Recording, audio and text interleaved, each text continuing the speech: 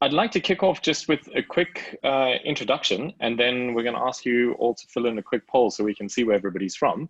But I just want to introduce everybody that we have on video here. So first up, I think, well, on the top of my screen, but possibly also on the top of your screen, we have Lula Rodrigues, who's joining us from São Paulo in Brazil. And he's joining us. He works for a company called Knowledge 24, and he's part of the Flight Levels Academy. 21. He's one of our 21. I'm not saying 24. That doesn't even make any sense. Anyhow, Because that's 42 backwards. yeah, that would somehow make some sense. Anyhow, sorry, Lula. Then on the bottom of my screen, maybe on the bottom of yours as well, we have Klaus Leopold joining us from Vienna. Some of you may know him from his videos and so on. And he is one of the founders of the Flight Levels Academy as well. Cool. And then you have myself, Cliff Hazell, and I'm joining you from Stockholm, Sweden. And yes, what else can I say? Let's find out where all of you are from. So I will paste a link in the chat you will all see now, pollev.com/Klaus2222. And Klaus, if you can share your screen, we can see. If you click on that link and you say, where are you from? You will be able to tell us on the map, and we can see a nice pretty picture of everybody. You should see Klaus's screen. It'll update in real time. It's pretty sweet. Can you already see it? Yep. Nice.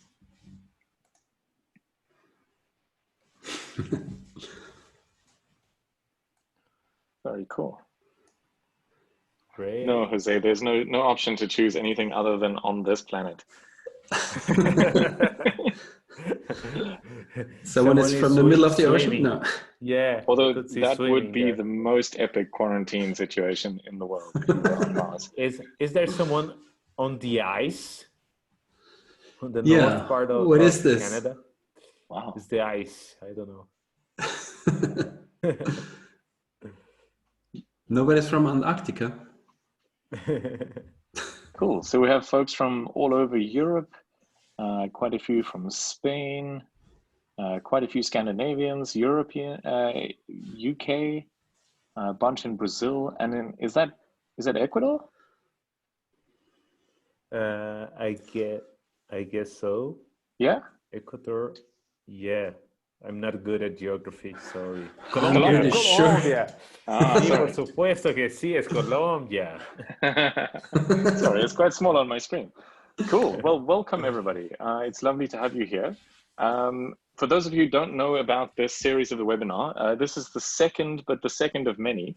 We ran the first one last week. And we'll be running these roughly once a week, and they'll be alternating time zones. So we're basically working on an overlap between the Americas and the EU, and then Asia and the EU. So we're running one time zone, or 1 week we're running on the left side of your map, and 1 week we run on the right side of your map. Yeah.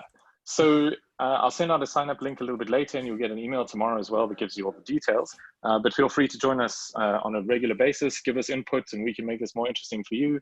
And that's kind of the idea. So yeah, I'm going to paste again just one last time in chat because I see we've got a couple of new folks joining in. But please respond to us on chat and post comments and questions on the Slido link that I pasted below. And we will try to be as interactive as possible. And hopefully we can have some interesting conversations with all of you today. Cool. So welcome very much. Nice. Let's get started. Shall I stop sharing? I guess so, right? Yes. I will screen share very quickly, but maybe we can do quickly. Lula, can you give us a quick background of, who are you and how did you get into this business? Oh my God, that's a tough question. I'll try to remember how I get here. But hey, I'm Lula. I'm from São Paulo, as Cliff said. And by the way, Cliff, your pronunciation on São Paulo is just awesome, man. You're almost a Portuguese speaker, guys. Yeah. So I'm talking from Brazil, and I guess I can say that I used to be a software developer. I have like 10 or 12 years experience with software, but for a long time, I've been doing software that nobody needed, like I was very happy about what I was doing. I like it to code very much. I like it, the architecture stuff, and like I was really having fun. But on the point that I noticed that no one was using the software I was making, despite the money I was making to me, I decided to change my life and to change my career and start to focus a little bit more on business and not just about process and cultural stuff. So I started to go ahead and find nice people on Knowledge 21 that can teach me a lot about business. And I already knew something about agility.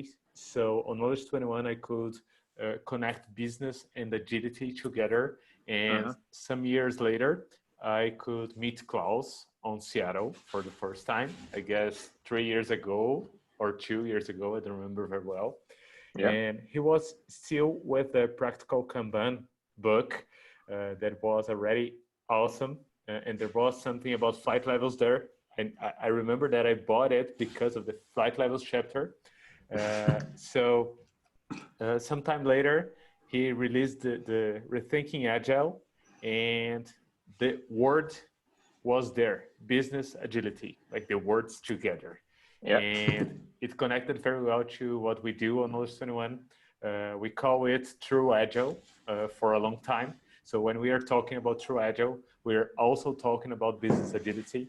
We consider the same on Knowledge 21.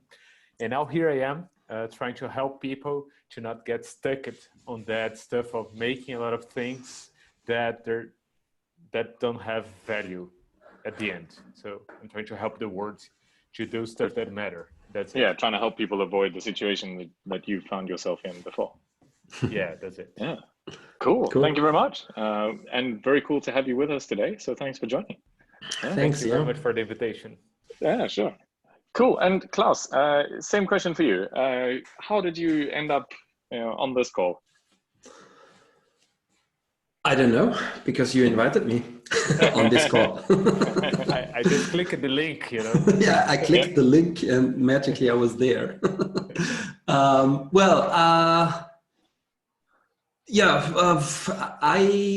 like to help organizations to think outside of the team box. And well, I used to have a real job before I went into consulting. And in my real job, I was somehow stuck on the team level. We started with Agile there. What is the short story? The short story, I don't want to tell the long story, but the short story is that when I became a consultant, what I saw is that all the people were just optimizing teams. And I was like, yes, that's cool for my pocket because I'm earning quite a lot of money then. But actually, I don't bring any value to the organization because the organization is way more, or an Agile organization is way more than Agile teams. And that's why I tried to, more or less develop some pictures, like a metaphor of a keyboard and like a metaphor of the flight levels. And I was just trying for now, I guess, roughly 10 years to get the message across that team agility is not business agility. And yeah, let's say since 3 years or so, 4 years, people are actually listening, which is really cool. Interesting that there's a similarity between both yours and Lula's situation in that you didn't want to be doing work that wasn't actually having a positive enough impact. And so started looking around for something else. Yeah, cool. Okay. And just to kind of frame the discussions for today, I wanted to ask maybe, Klaus, since you were just talking, maybe you can go first, but how would you explain flight levels in sort of an elevator pitch style? Give us like the, I don't know, 3-sentence, or I guess it depends on how long the elevator ride is. Yeah, exactly. So in Austria, we don't have very high buildings. So I try to be quite short. So for me, flight levels is not a method or a framework. For me, flight levels is a thinking model. And it's a thinking model that can help you to find out where in an organization you have to do what in order to achieve the result that you want to achieve.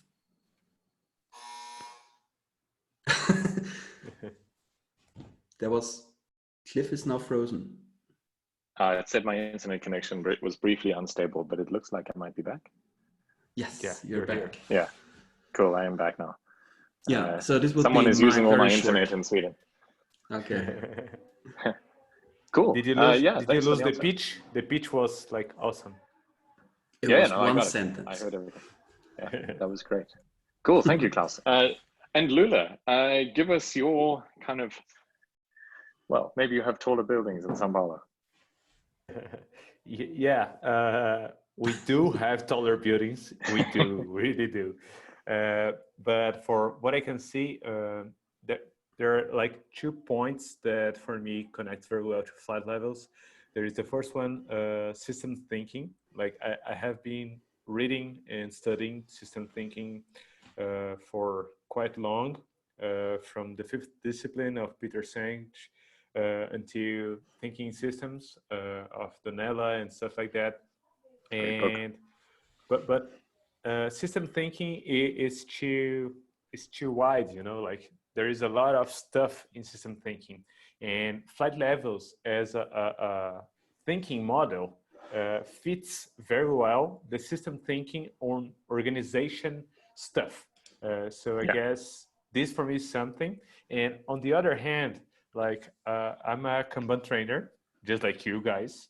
So I always like to use the Kanban method to improve systems and stuff like that on practice.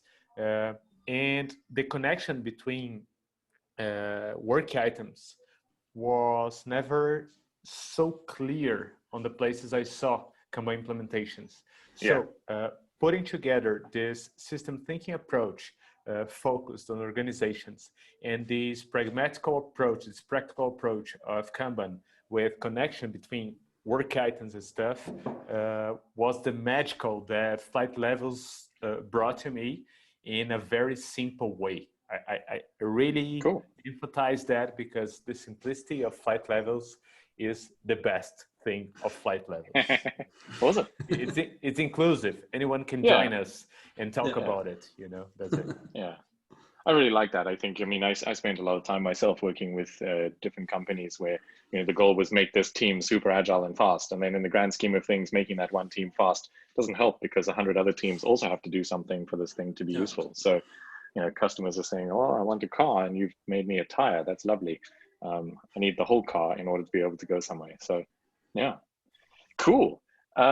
Yeah, thanks for the feedback, Santiago. Yeah, it really is like you know, having a sort of a model for thinking about it is really quite helpful. Yeah, love to hear more about what you're thinking. Cool. So shall we go across to the audience and see what the first question is? I'm pretty sure everybody can see my screen share, so you can see all of the questions live. But the first question up there is, I would love to see some level 2 examples from different contexts. What can you share with us? Who would like to go with that one? I guess at first, I have some examples here, but once we are with Klaus here, and that does not happen all the time. When I talk about flight levels, Klaus is not on my side all the time. So once we have Klaus here, before showing some examples, I would like him to introduce the concept of level 2. Like how do you see level 2, Klaus? And what's the concept behind it? Good point. So when we talk about flight levels, we always talk about 3 levels. So level 1 is the operational level, which means teams that are actually working, doing the operational work.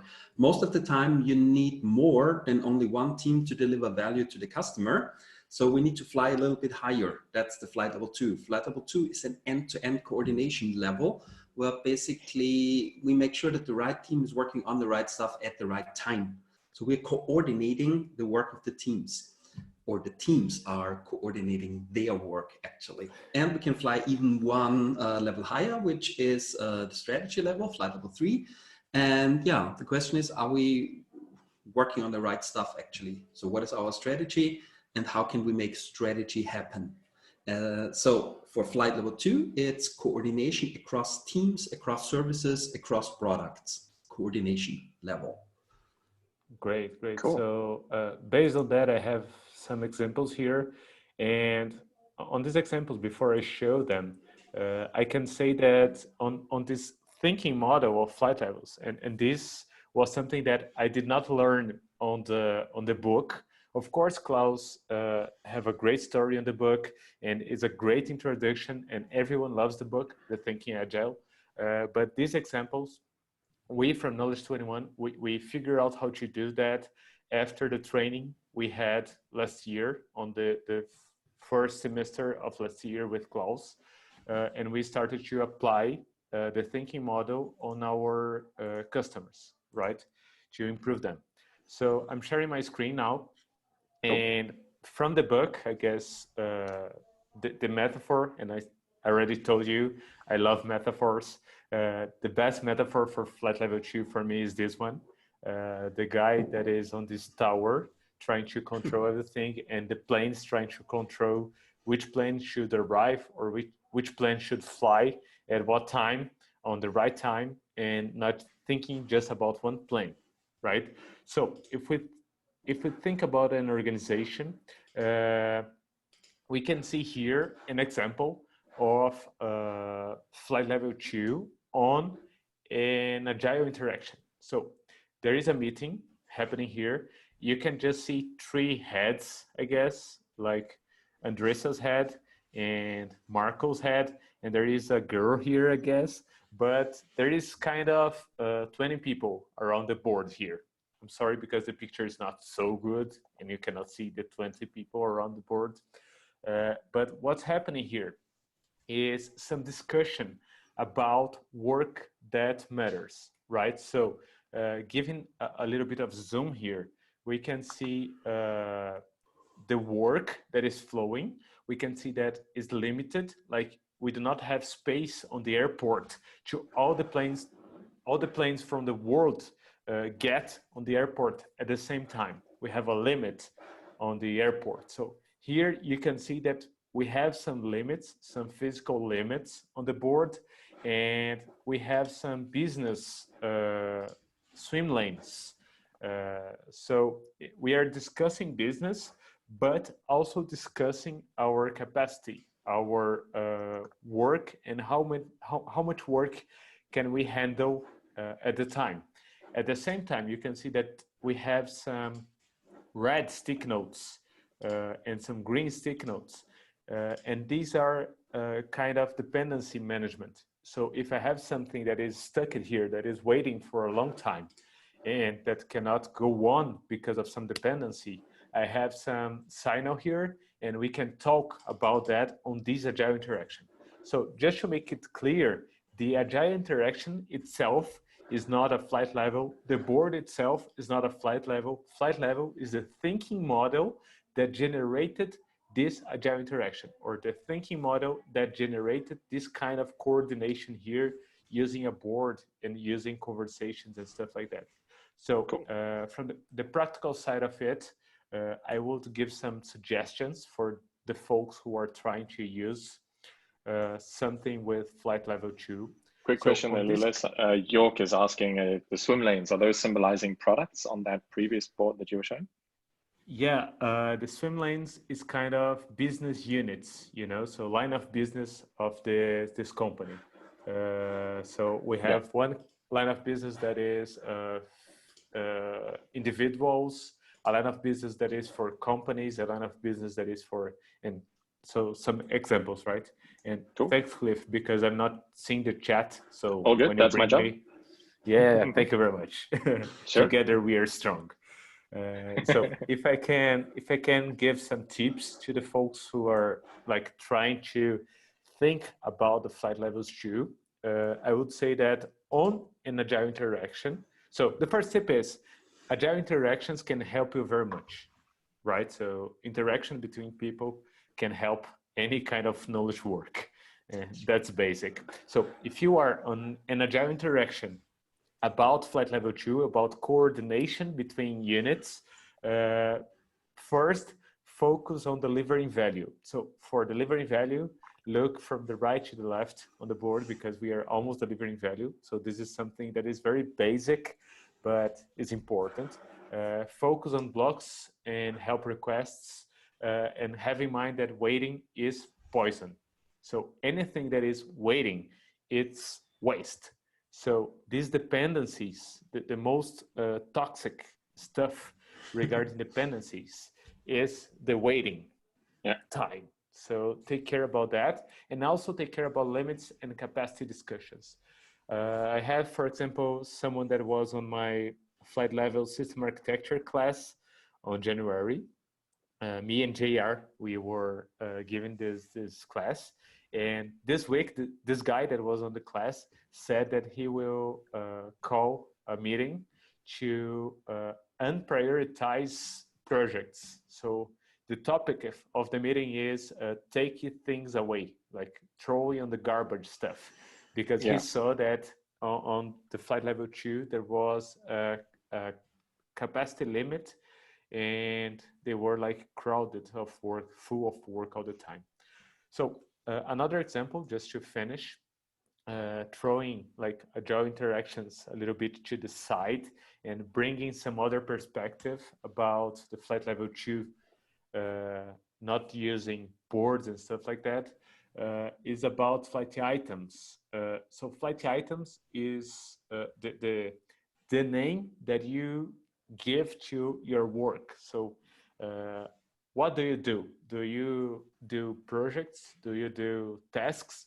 Do you do user stories, or do you do epics? What do you do? So this item, this name that you give to the item, is the flight item. So on this example, we have here user stories on the bottom, and we have tasks, but it's written on Portuguese because it was a Brazilian company. So tarefas. So we have tasks linked to user stories. On the other side, we have some strategy items, right?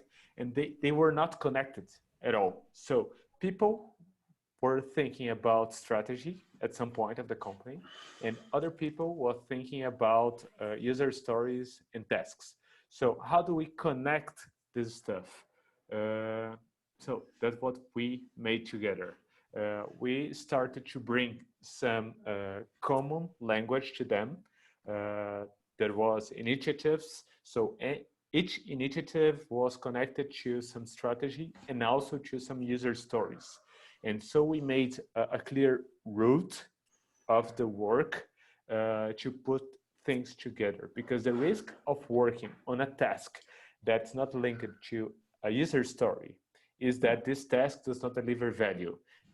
The risk of you working on a user story that's not linked to any strategy stuff is that this user story can be just waste, like on my life, right? I just told you before.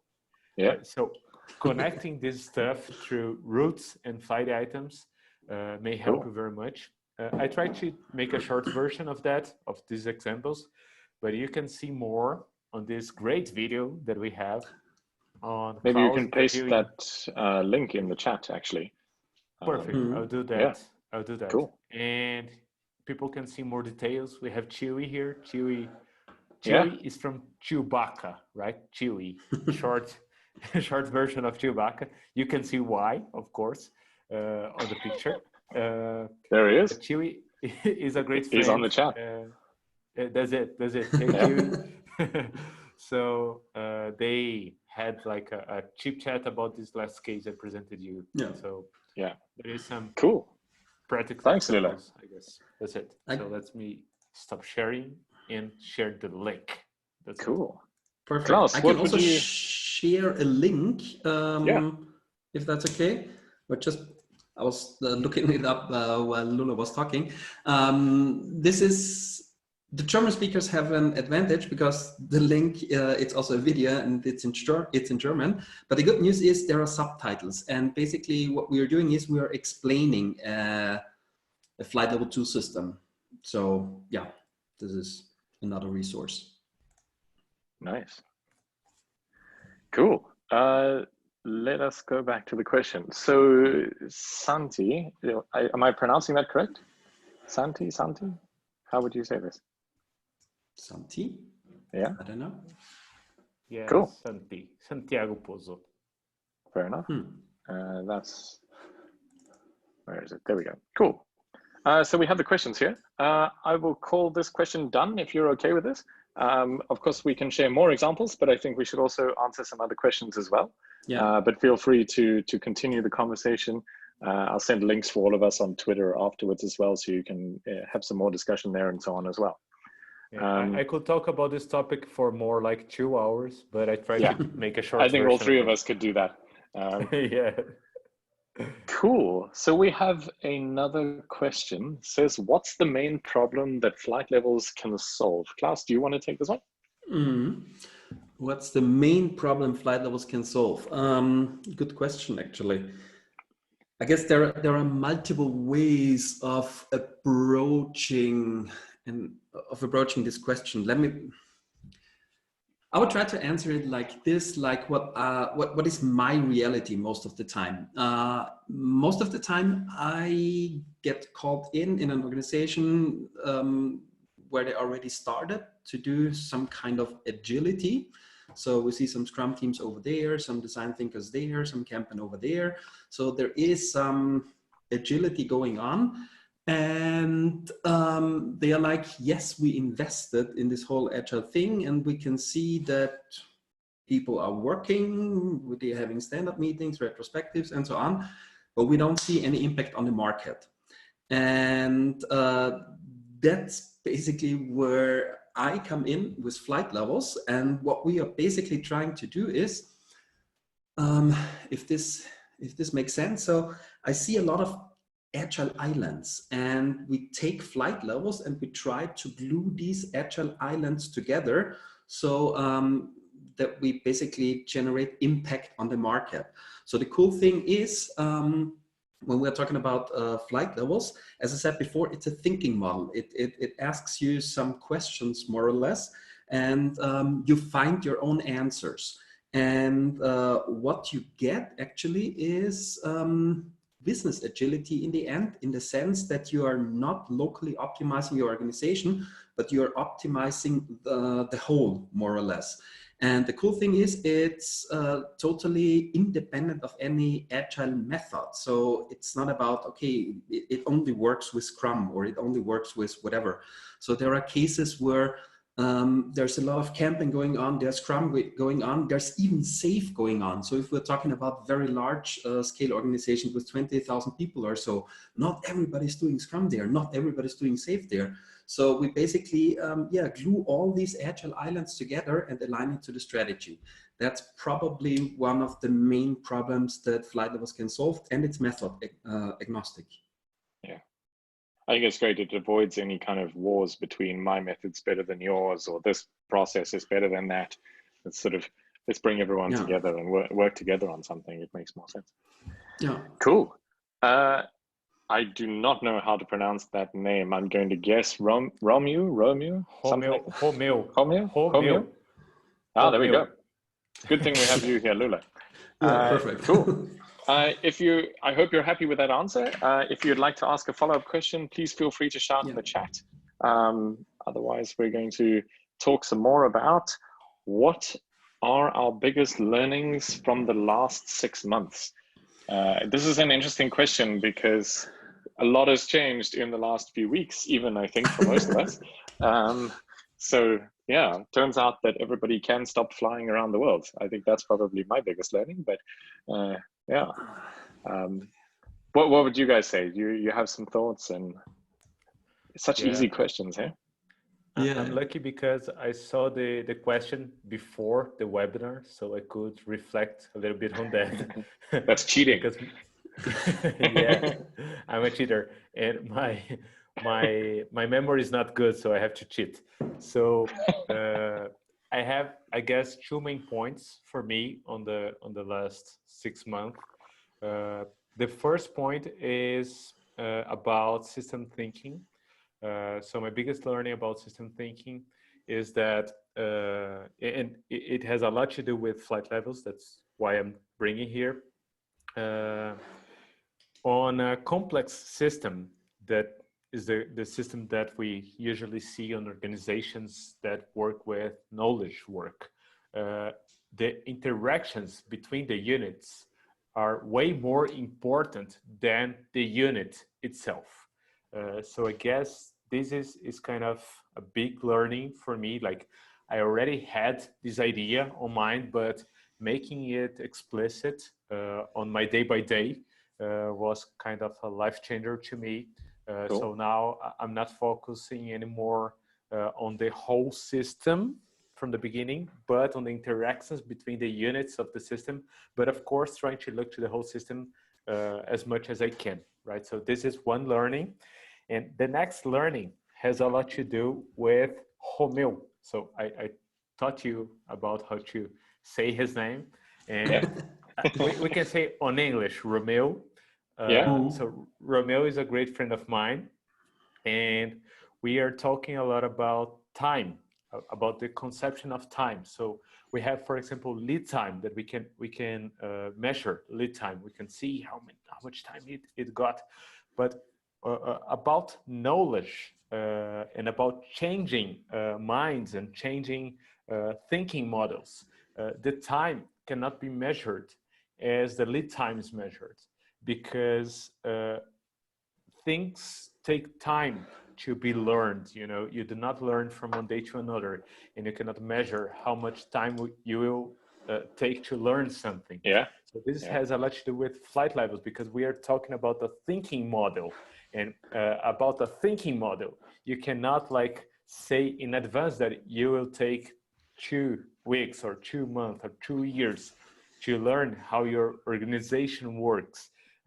You'll take the time you need to learn more and more and more. But from the beginning, from the first step you made, you already know something new about your organization. So keep going, and do not matter about measuring the time of learning. Just try to keep learning as much as you can. So always be learning. Romeu for that. Yeah, that's it. Nice. Learning. That sounds cool. Cool. Thank you, Lula. Klaus, do you have something to add? Yeah. Well, I was thinking the whole time, and actually there were multiple things popping up. So it's quite hard to say what was the biggest learning, but one learning I really find very valuable is, so I used to do a co-training with Troy McGannis in Düsseldorf in November, I guess it was. That's half a year, roughly, last 6 months. Yeah. And German, right? so it was German, yes, Germany, right? In Germany, yeah. In Germany, but in English, yeah. Exactly, yeah. Troy is quite hard in. And it was basically flight levels with metrics, and Troy came up with a lot of metrics, what you can do on the different flight levels, like on flight level 3, flight level 2, flight level 1, which was really great. But there was one thing which caught my attention, and this was the 6 performance dimensions. So Troy and Larry Macaroni, they somehow came up with this idea together, I guess.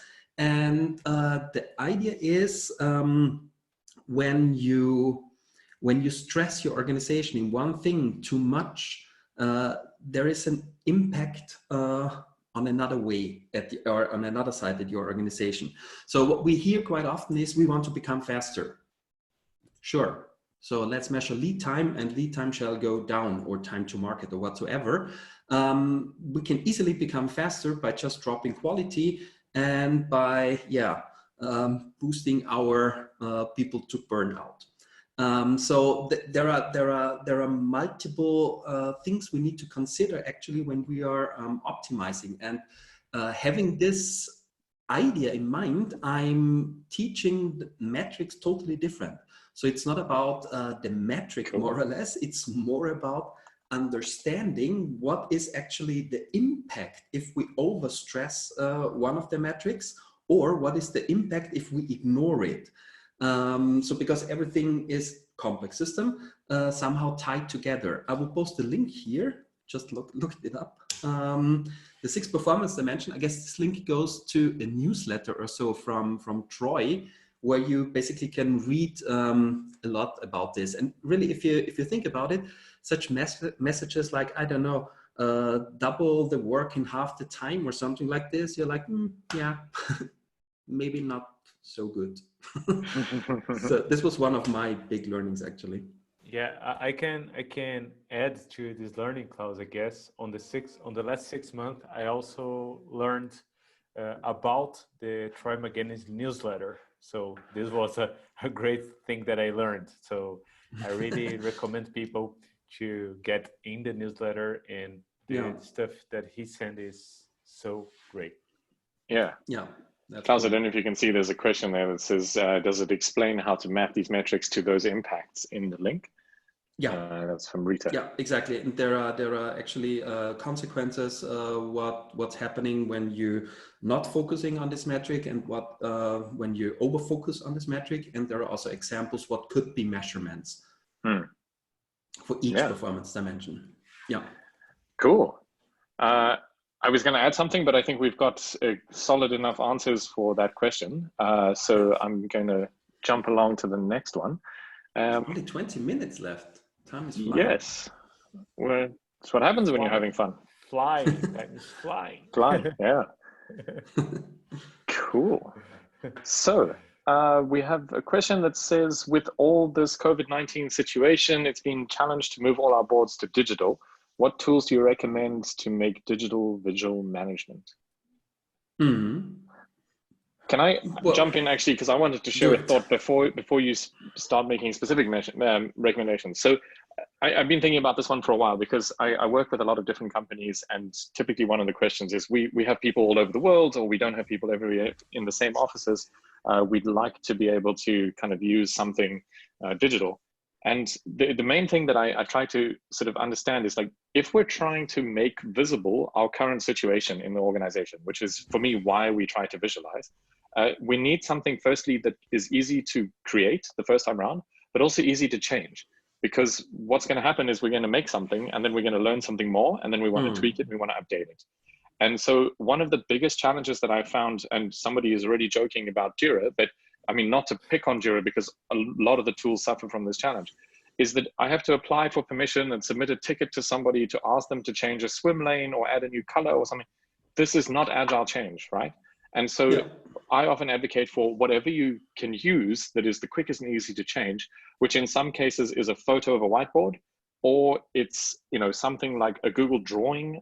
But really, at the end of the day, I don't think the tool is ultimately going to be the thing that's going to make you successful. It's more about the interactions and the visibility that it creates. So just to give a sort of a high level answer, and hopefully color it in a little bit. But yeah, I want to give it over to the two of you and hear what do you have to add to this? Well, I think Simon posted something cool here. He did some kind of evaluation, and we finally decided to use Campanize, but other tools like Campin Tool and Linkit looked good too. Well, when it really comes to tools, I guess Campanize would be on my list. I mean, the problem is I don't know all the tools, of course, but I know Campanize, I know Swift, I know Linkit, yeah. But these are the tools that pop up in my mind.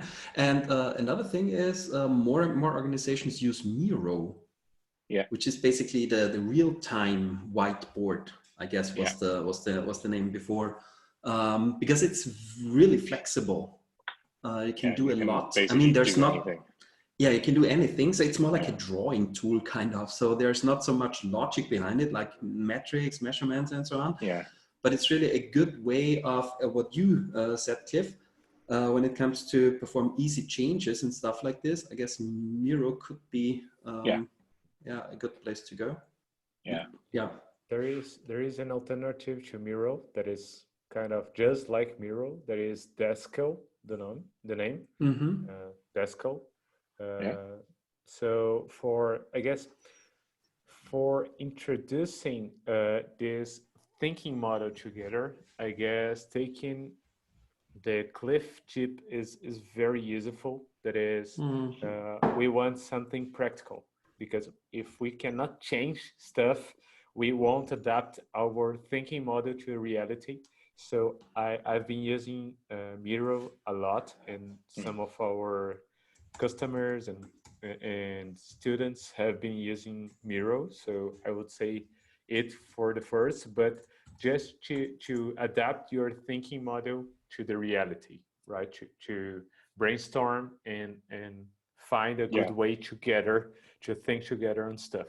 But on our day by day, we really take this tip that Cliff brought very serious on Knowledge 21. Like our external job with clients were always presential, like always on site, but our operation, our internal operation was almost always remote. So for these years on Knowledge 21, I guess for these 4 or 5 years that I'm working on Knowledge 21, we always used practical stuff, things that we can change very well, that we can just send a link and people get in and people can change very easily. So we use Trello a lot, and we have some plugins to Trello to think about capacity, for example, that show how many cards we have on each column on the flow. It helps a lot. We have some tools that make charts and stuff like that, but Trello is at our core, I guess. And there is another tool that is very popular for a long time ago. Since a long time ago, people like it very much. That is spreadsheets. So we use a lot of spreadsheets on 21, even for flight level 2, for example. So we have our operation on flight level 1, and for seeing dependencies on this operation and collect some blockers and data stuff and checking capacity of the system, we use spreadsheets, and it works very well. By the way, the people on the flight level 2 on Knowledge 21 that works on the flight level 2, there is a role that is very connected to this flight level 2, and is the role that created these spreadsheets and stuff like that. And the name of this role is Sanity Keeper. So our Sanity Keepers that work on the flight level 2 works with spreadsheets. And why is the name is Sanity Keepers? Because I don't care about the tools. What I care is people can deliver work that makes sense, to our business, with high efficiency and not dying on the way. So Sanity Keepers are looking to it and using spreadsheets. But I do not care about tools. I like to try tools. So Swift Kanban, some clients, some customers tried Swift Kanban, like very much. Linkit also they like very much. Those who work with Jira are trying to find good ways. So I like to think about it as sort of spend some time thinking about the problem you're trying to solve and then pick the tool. So very often I find people pick the tool first and then get stuck in, like, we're sort of 17 years deep in something, but we still haven't actually solved, you're sort of asking, what was the original problem you were trying to solve when you introduced this tool? Oh, well, we're trying to keep everything neat and tidy. And then they're showing you a backlog of 400,000 things. And you sort of, I don't know that you've solved this problem so much, but and I guess maintainability is also one thing. So I guess a lot of tools, they can really do a lot, but it's also quite hard to maintain. Of course, you can connect all the boards, but what connection do it take? A parent, child, a sibling, when you really start working with it, it's getting quite complex. So in the beginning, it would make sense to just start quite low fidelity, like like you said before, Cliff. Cool. So I want to actually jump back to an earlier question. There was a follow-up question when we were talking about introducing flight level systems. And there was, Joanna was asking a question, says, follow-up question on the main question. What type of questions do you ask in your or does flight levels ask in your organization? What would be the most important questions to start with? So what do you want to improve, or what outcome do you want to see? That's definitely the most important question. So it's not like, okay, so context really matters. It's not like, okay, you open I don't know, a tin can or a spray and you spray Kanban and flight levels and whatever in your organization. This just doesn't work actually.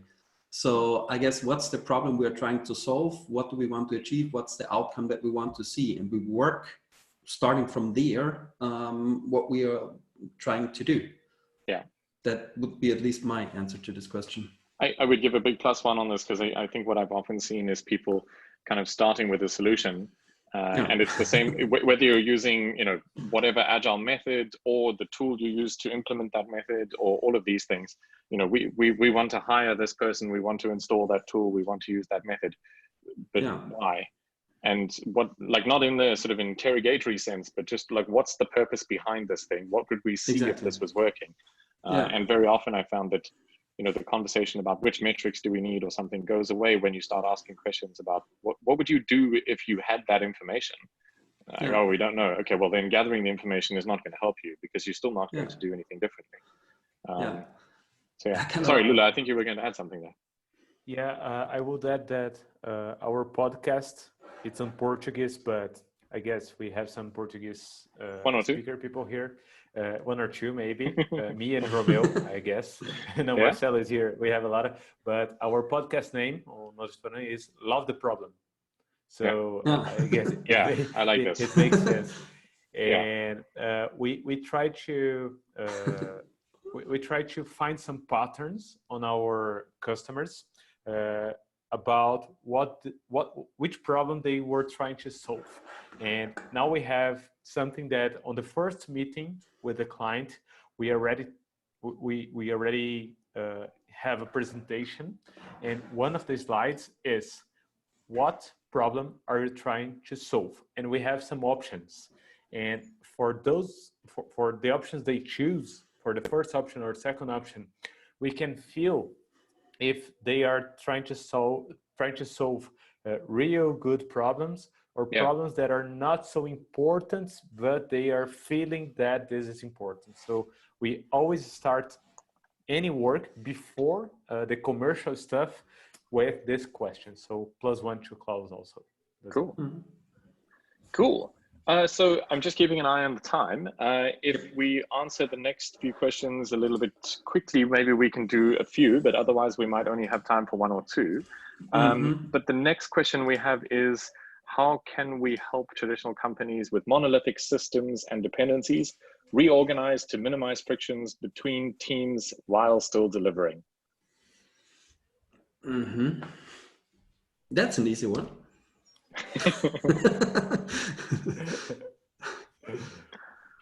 To minimize between teams while still delivering. I want to maybe jump in with something, actually. So I have a bit more opportunity to sort of see the questions ahead and think before everybody else, because you're busy answering the first few questions. So I'm cheating now.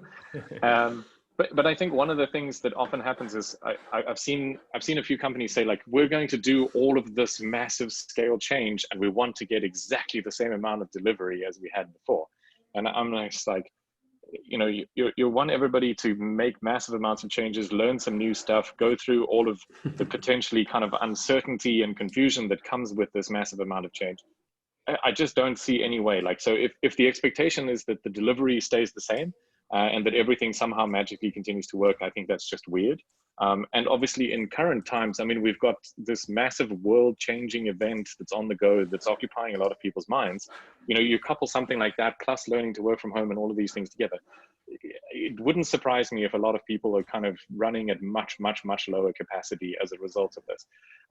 So I think that's kind of one thing. And so what I've done a lot of the time when I start working with a new company is that if their expectation is that we deliver here, and in the future we're going to deliver exactly here, or even slightly more, we're just going to go straight there.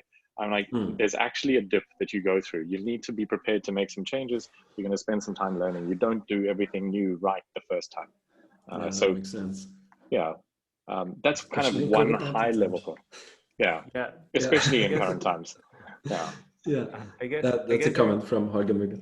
Yeah, there is not just one answer for that, but if I could suggest something to this person, this anonymous person that is suffering with this question, I guess, especially on these COVID times, I would say that you can start by thinking about your operational flow.